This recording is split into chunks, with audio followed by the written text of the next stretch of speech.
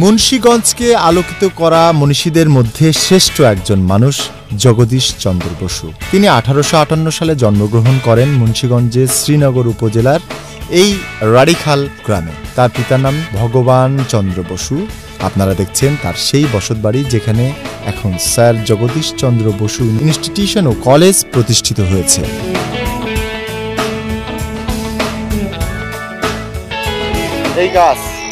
এই গাছের যে প্রাণ আছে এটা কিন্তু আমরা জানতে পেরেছি স্যার জগদীশ চন্দ্র বসুর কাছ থেকে। উনি এটা আবিষ্কার করেছেন। শুধু কি গাছেরই প্রাণ আবিষ্কার? রেডিওর সলিড স্টেট ডিটেক্টস যন্ত্রের প্রথম আবিষ্কারক তিনি।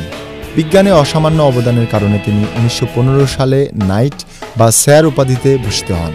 স্যার জগদীশ ছিলেন খাঁটি দেশপ্রেমিক এবং দেশীয় ঐতিহ্যের প্রকৃত দরদি মানুষ।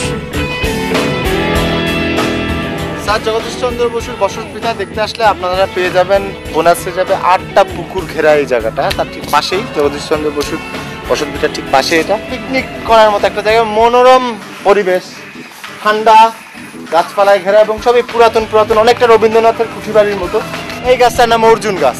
যারা ডায়াবেটিক্সে ভুগছেন তাদের জন্য এই গাছের ছালের রস খুব উপকারী। আমরা একটু খাই, এটার ছালটা খাইতে মিষ্টি মিষ্টি পানের মতো লাগে, দারুণ টেস্ট।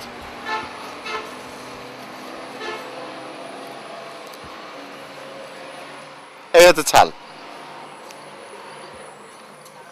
দেশের পথে ডক্টর হুমায়ুন আজাদ বাংলা সাহিত্যের মধ্যগগনের এক জ্বলন্ত নক্ষত্র। তিনি জন্মেছেন মুন্সিগঞ্জের শ্রীনগরের রাড়িখাল গ্রামে। তিনি 2004 সালের 12 অক্টোবর থেকে চিরনিদ্রায় শুয়ে আছেন এখানে। যাতায়াতের রাস্তার অবস্থার কারণে আপনাদেরকে তার কবরের কাছে নিয়ে যেতে পারলাম না বলে দুঃখিত। দূর থেকেই দেখুন ডক্টর হুমায়ুন আজাদের কবর। দেশের পথে লাইবেন করে ভাগ্য খুলে যাবে।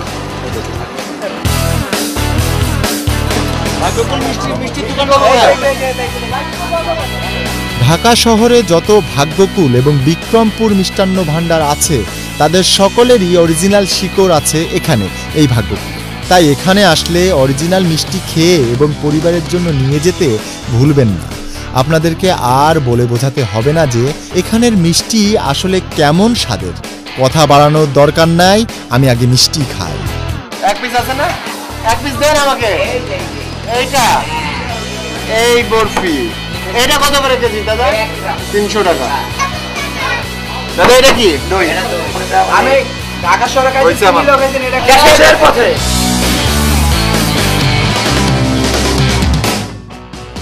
আমরা এখন চলেছি মুন্সিগঞ্জের মাওয়া ফেরিঘাটে, যে ঘাট দিয়ে বাংলাদেশের দক্ষিণাঞ্চলের 21টি জেলার মানুষ যাতায়াত করে। এই ঘাটে আছে দ্রুত নদী পারাপারের জন্য স্পিডবোট বা সিবোট। মাওয়া ঘাটের নাম আপনারা অনেকেই শুনছেন, কারণ এখানে শীতের সময় দারুণ জ্বর থাকে, খুব সুন্দর লাগে জায়গাটা দেখতে। আর এই বোটগুলা দিয়ে মাদারীপুর, শরীয়তপুর এই বোটগুলা যায় এখান থেকে মুন্সিগঞ্জের সঙ্গে। এই বোটগুলাতে খুব কুইকলি যাতায়াত করা। নদীর এত কাছে এসে স্পিডবোটে চড়ে নদীর হাওয়া না খেয়ে চলে যাওয়া মোটেও ভালো দেখায় না। কেমন লাগলো বন্ধুরা ঢাকার খুব কাছের জেলা মুন্সিগঞ্জ? দেখা হবে আগামী পর্বে অন্য কোনো জেলায়। ভালো থাকবে।